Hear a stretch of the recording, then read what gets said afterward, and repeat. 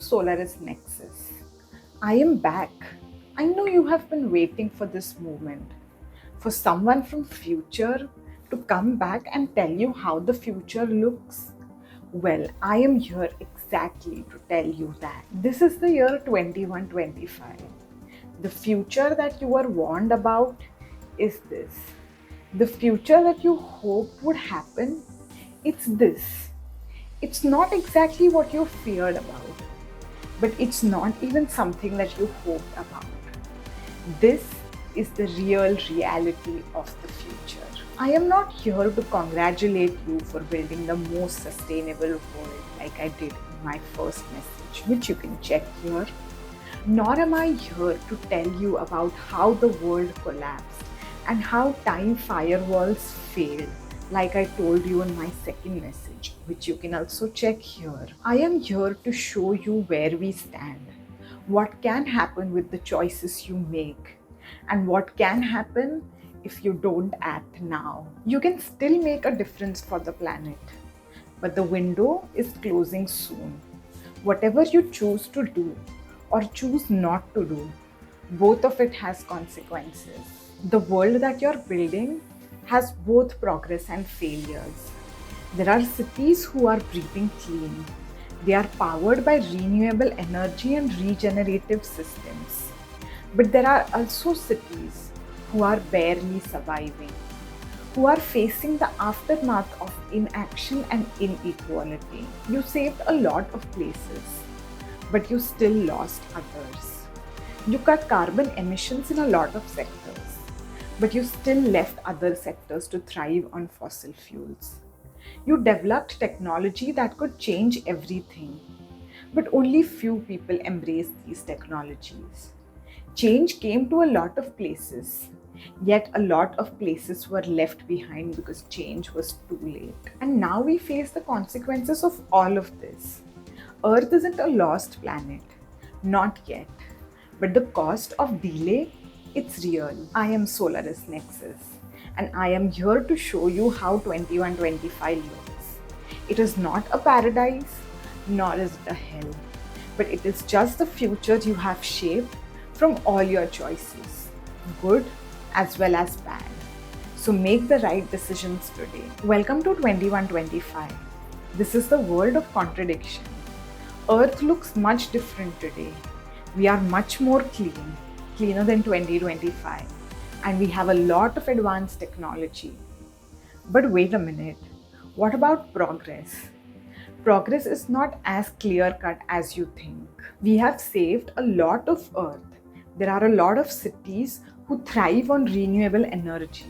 They have clean air, clean water, as well as there is a circular economy for waste. It looks like a utopia you must have dreamed of. But then there are other regions we couldn't save. They never got the resources or the attention they deserve. And the infrastructure is just collapsing there. People are barely trying to survive the choking effects of temperature rise and climate change. And that's the reality of the world today. Some places flourished because they got all the investments in sustainable technology.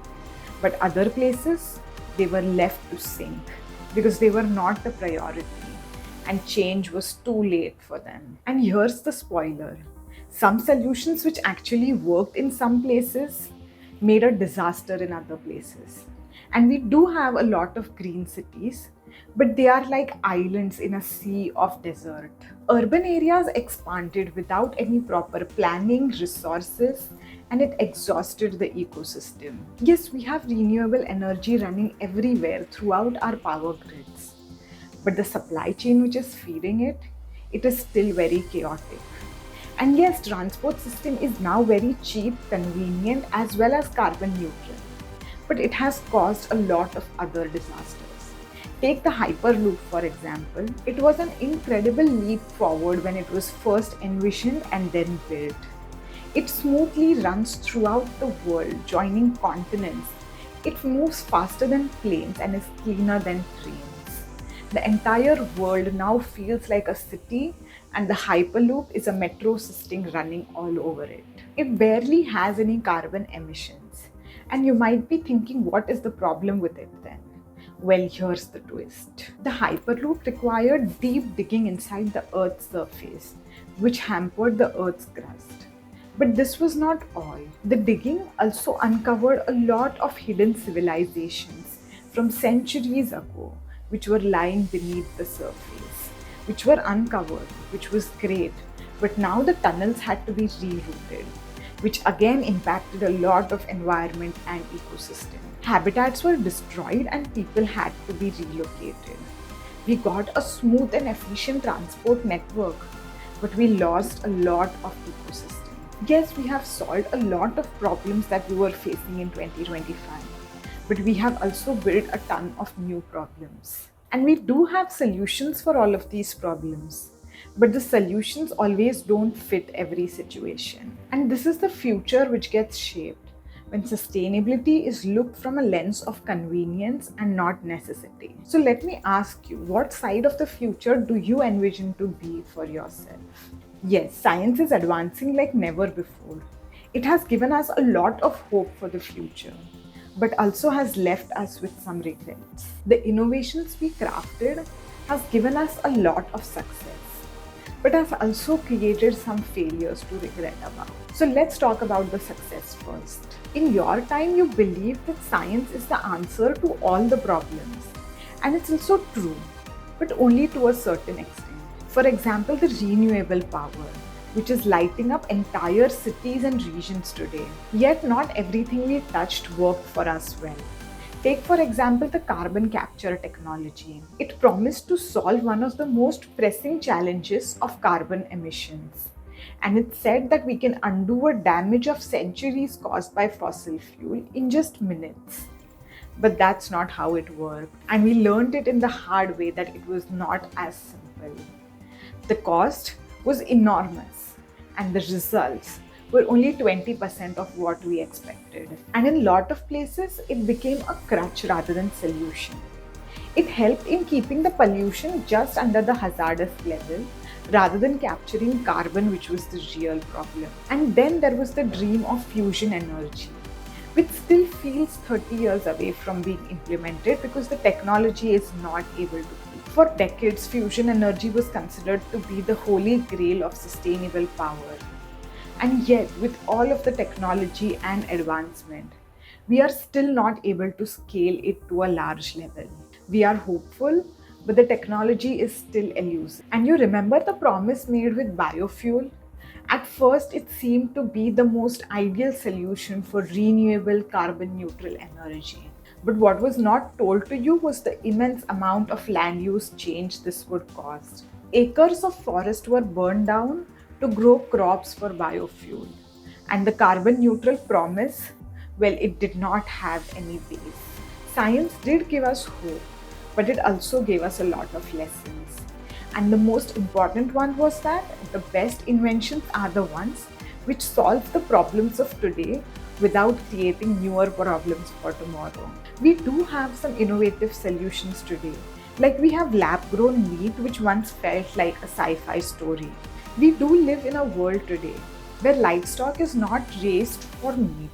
We rather get our meat from labs which save water, land, and a lot of carbon emissions. It was a breakthrough revolution in the food production industry.